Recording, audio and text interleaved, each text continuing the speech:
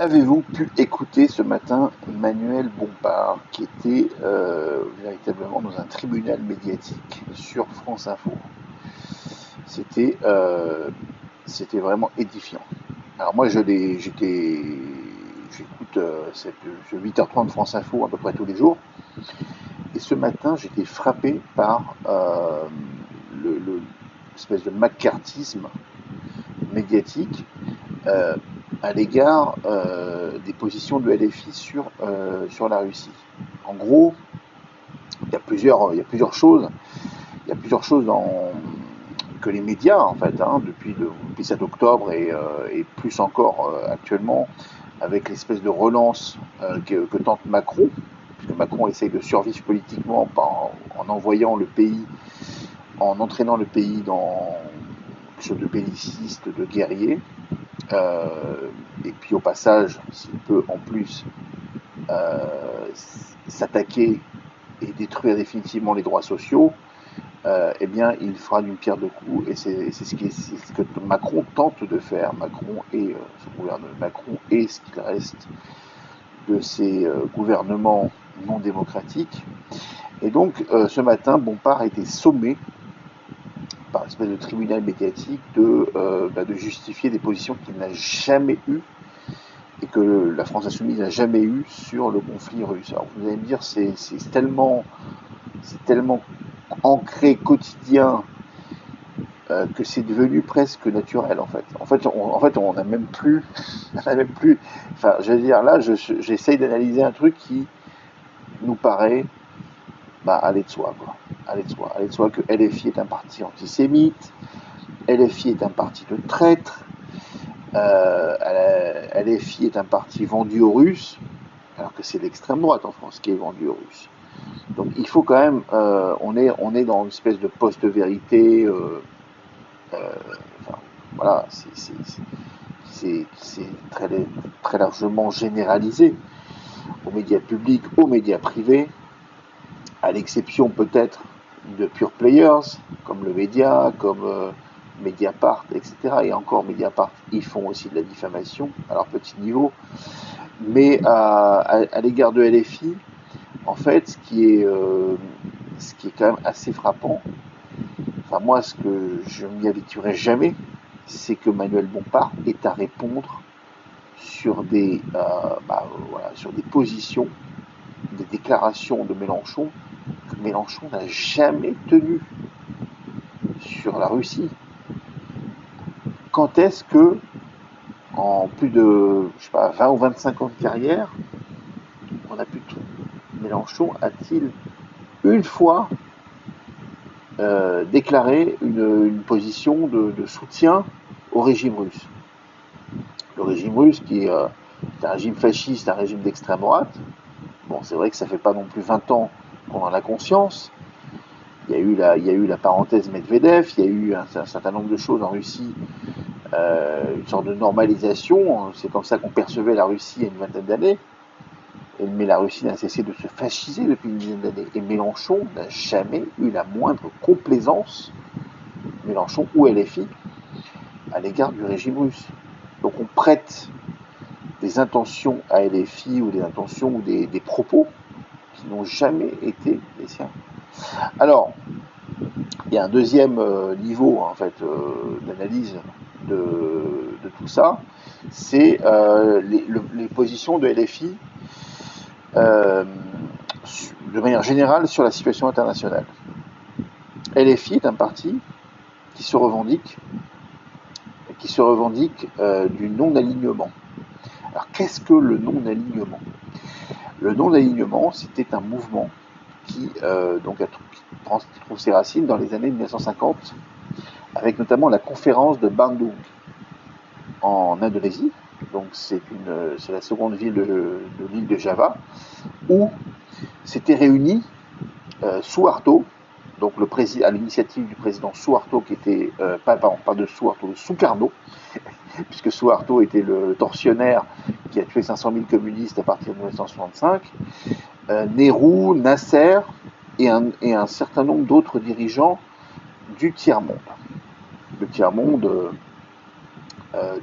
À l'époque, c'était pas vraiment l'Amérique du Sud, mais c'était, disons, il y avait Mao Tse-tung, il y avait, donc c'était bien avant qu'on parle du Sud global, des pays, quelque sorte, qui venaient d'obtenir leur décolonisation. Alors, dans le cas de l'Indonésie, c'était des Pays-Bas.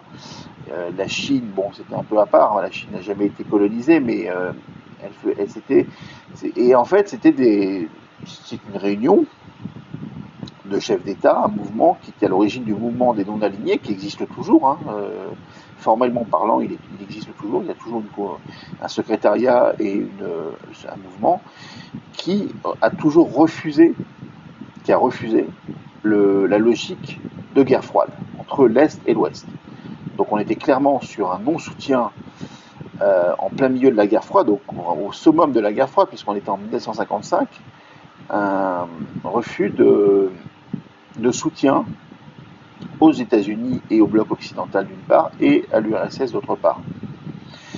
Donc LFI aujourd'hui se revendique de nouveau du non-alignement. Donc il faut déjà comprendre pourquoi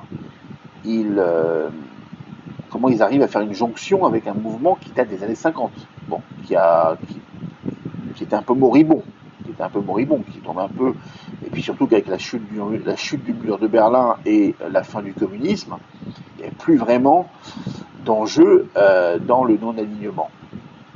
Mais aujourd'hui, le non-alignement est à l'aune de ce qui se passe, c'est-à-dire cette nouvelle confrontation entre la Russie et les États-Unis.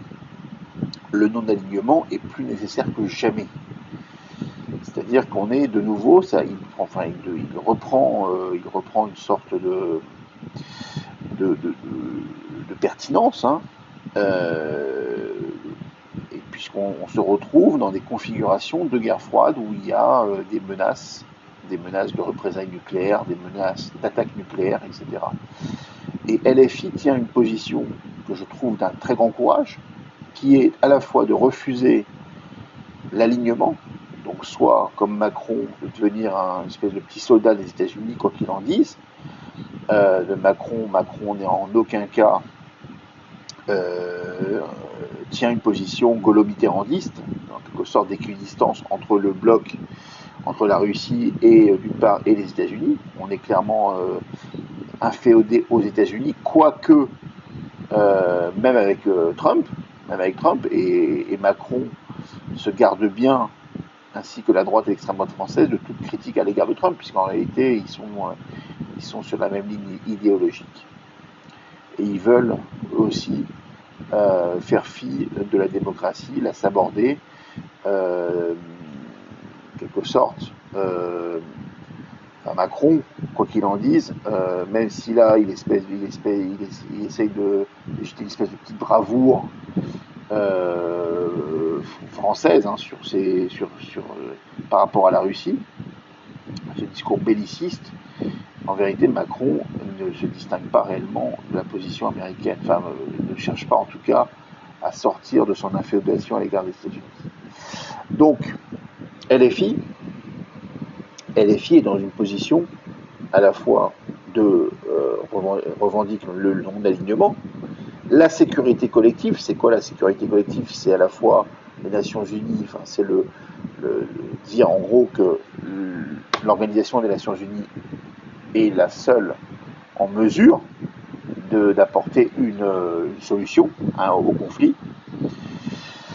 Et refus aussi de la course aux armements. Donc là aussi, on revient sur une grande tradition pacifiste qui a culminé dans les années 80 avec faut se rappeler, hein, le refus des SS-20 notamment en Allemagne, chez les écologistes, etc. Refus des SS-20, refus des Pershing, et surtout combattre la course à l'escalade militaire, parce que c'est ça qu'il s'agit. Là, on va vers une escalade du réarmement. Il est déjà commencé en Europe, en France. Les Russes, bien que leur situation financière etc. et sur le terrain soit compliquée, sont aussi dans une logique de réarmement. Les Américains aussi. Donc on est dans une logique de réarmement, et LFI revendique le désarmement. Et pourquoi ils revendiquent le désarmement? parce que la France, nous avons le parapluie nucléaire, nous avons la dissuasion nucléaire. Avec 300 têtes, nous sommes en mesure de nous défendre tout seuls face à la Russie et nous n'avons pas besoin de construire des armes légères, de construire des canons, etc. etc. Donc c'est une position qui est tout à fait cohérente, puisque la dissuasion nucléaire, la doctrine du faible fort, est une garantie que nous pourrons toujours exercer, être une menace en quelque sorte à l'égard des Russes, à l'égard de n'importe quel pays, c'est-à-dire que nous pouvons déclencher la fin du monde et le feu nucléaire. Donc nous n'avons pas à nous préoccuper d'un quelconque réarmement, dès lors que nous avons pendant des années constitué cette force de frappe nucléaire. Cette force de frappe qui aujourd'hui fait de la France la troisième ou quatrième puissance nucléaire mondiale. Voilà. Et nous ne serons jamais attaqués par la Russie, du fait précisément que nous avons cette dissuasion. Donc LFI a une position qui consiste à dire que alors c'est pas évident à expliquer, parce que c'est pas évident politiquement à expliquer non plus, parce que nous avons une telle propagande, un tel matraquage sur le belliciste que LFI est quelque sorte sur la défensive. Et moi j'admire leur capacité, la capacité de Manuel Bompard, etc., à se faire lyncher littéralement dans les médias, à se faire lyncher, alors qu'il est le seul aujourd'hui, LFI est le seul à avoir cette position qui consiste à dire nous n'allons pas sacrifier nos droits sociaux, nous n'allons pas sacrifier nos budgets, nous n'allons pas sacrifier notre État-providence pour un réarmement qui est en réalité inutile. Des budgets militaires qui visent simplement, comme je l'ai expliqué dans une précédente vidéo, à relancer le profit aussi des marchands d'armes, des constructeurs, etc., alors que nous avons cette dissuasion nucléaire. Nous avons cette dissuasion nucléaire. Donc si Macron insiste autant pour qu'on aille vers un réarmement, c'est qu'il a des pensées bellicistes. Il a des pensées à l'égard de la population française, d'envoyer une partie de la population sur le front, par exemple ukrainien. Donc il a ce type de pensée. Macron pense qu'il y a de la chair à canon, qu'une partie de la population, une partie de la jeunesse peut être de la chair à canon qu'on pourra envoyer demain sur le front. Donc c'est terrible, en fait. C'est une pensée, c'est anti-humaniste, et puis surtout, ça en dit long sur sa conception même de ce qu'est la population française. Il a un mépris pour les humains qui n'apparaît pas forcément. Macron a une capacité à faire des allocutions, etc. Mais en réalité, il méprise la population française. Et il lui veut le plus grand mal. Il n'en a rien à faire qu'il y ait demain des centaines de milliers de disparus, puisqu'il est prêt à déployer l'armée de métier, mais également, pourquoi pas, relancer la conscription, le service militaire, etc. On est dans une logique qui est un peu celle qui a précédé la Première Guerre mondiale, d'enrôlement forcé d'une partie de la population, pour un danger qui en plus n'est pas immédiat, n'est pas imminent, n'a rien d'évident. Les troupes russes sont à 3000 km, elles avancent, elles ont gagné en 2023 l'équivalent de la taille de la Martinique. Il faut toujours rappeler les faits. Depuis 2022, les Russes ont gagné territorialement 20% du territoire ukrainien. Ils n'ont pas fait des conquêtes massives. Les nazis, eux, avec leur guerre, le Blitzkrieg, ils avaient, en quelques semaines, envahi la France, envahi la Belgique, envahi les Pays-Bas, Enfin voilà, avec une vraie guerre de position.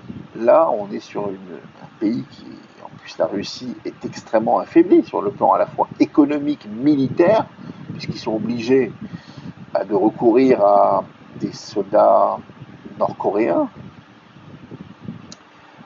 tchétchènes, etc. Ils n'ont même plus la capacité de recruter leurs propres nationaux pour faire la guerre en Ukraine. Parce que tout le monde fuit. Personne ne veut faire cette guerre de Poutine. Donc le pays est affaibli. Qui nous dit que demain, Poutine, comme je l'entendais sur une antenne ce matin, va mourir dans une semaine? Qui nous dit ça?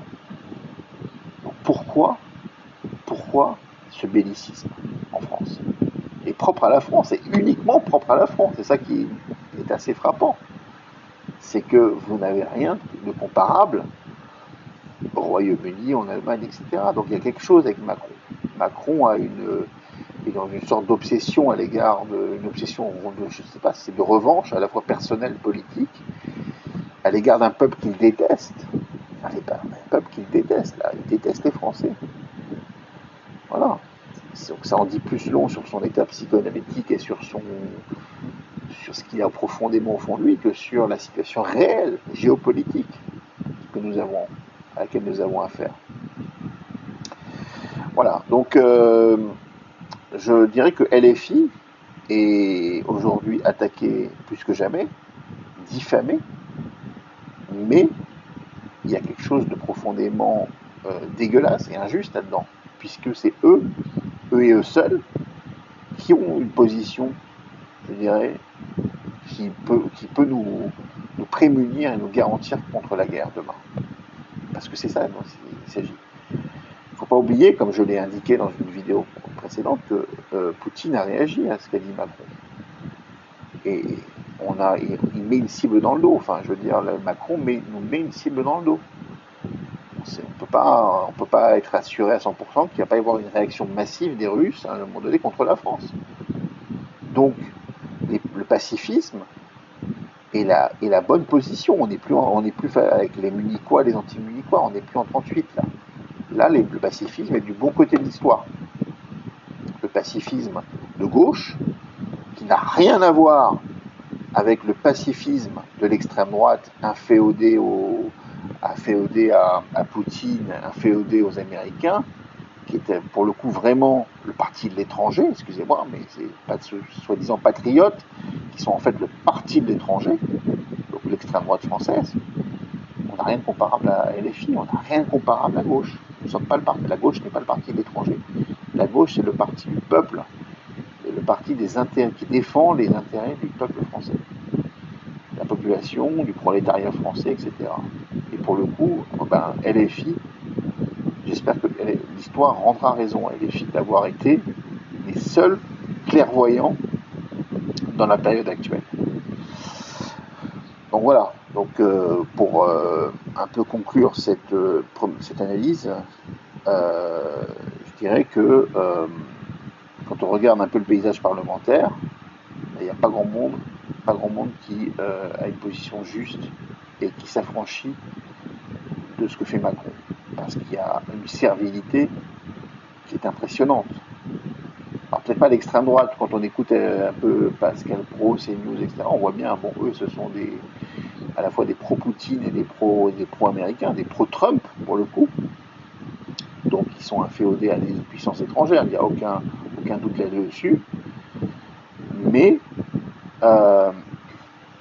si on prend le PS, par exemple, si on prend Horizon, le Modem, etc., tous ces partis-là font bloc derrière Macron, alors que Macron est dans un aventurisme personnel, comme il a toujours été. Un aventurisme personnel qui peut être, pour le coup, mortifère, qui peut nous amener, encore une fois, à être une cible demain. Cible des Russes, alors que l'ensemble du reste de l'Europe essaye, tant bien que mal, d'avoir une position je dirais courageuse, qui consiste à dénoncer ce qui se passe en Ukraine, mais à ne pas désigner la Russie. Macron a bien été le seul dans cette histoire à dénoncer la Russie. Et là, donc je dirais, vive LFI. du LFI parce que c'est les seuls à avoir compris que Macron faisait. Macron nous emmenait dans le mur, quoi. Dans le mur, littéralement.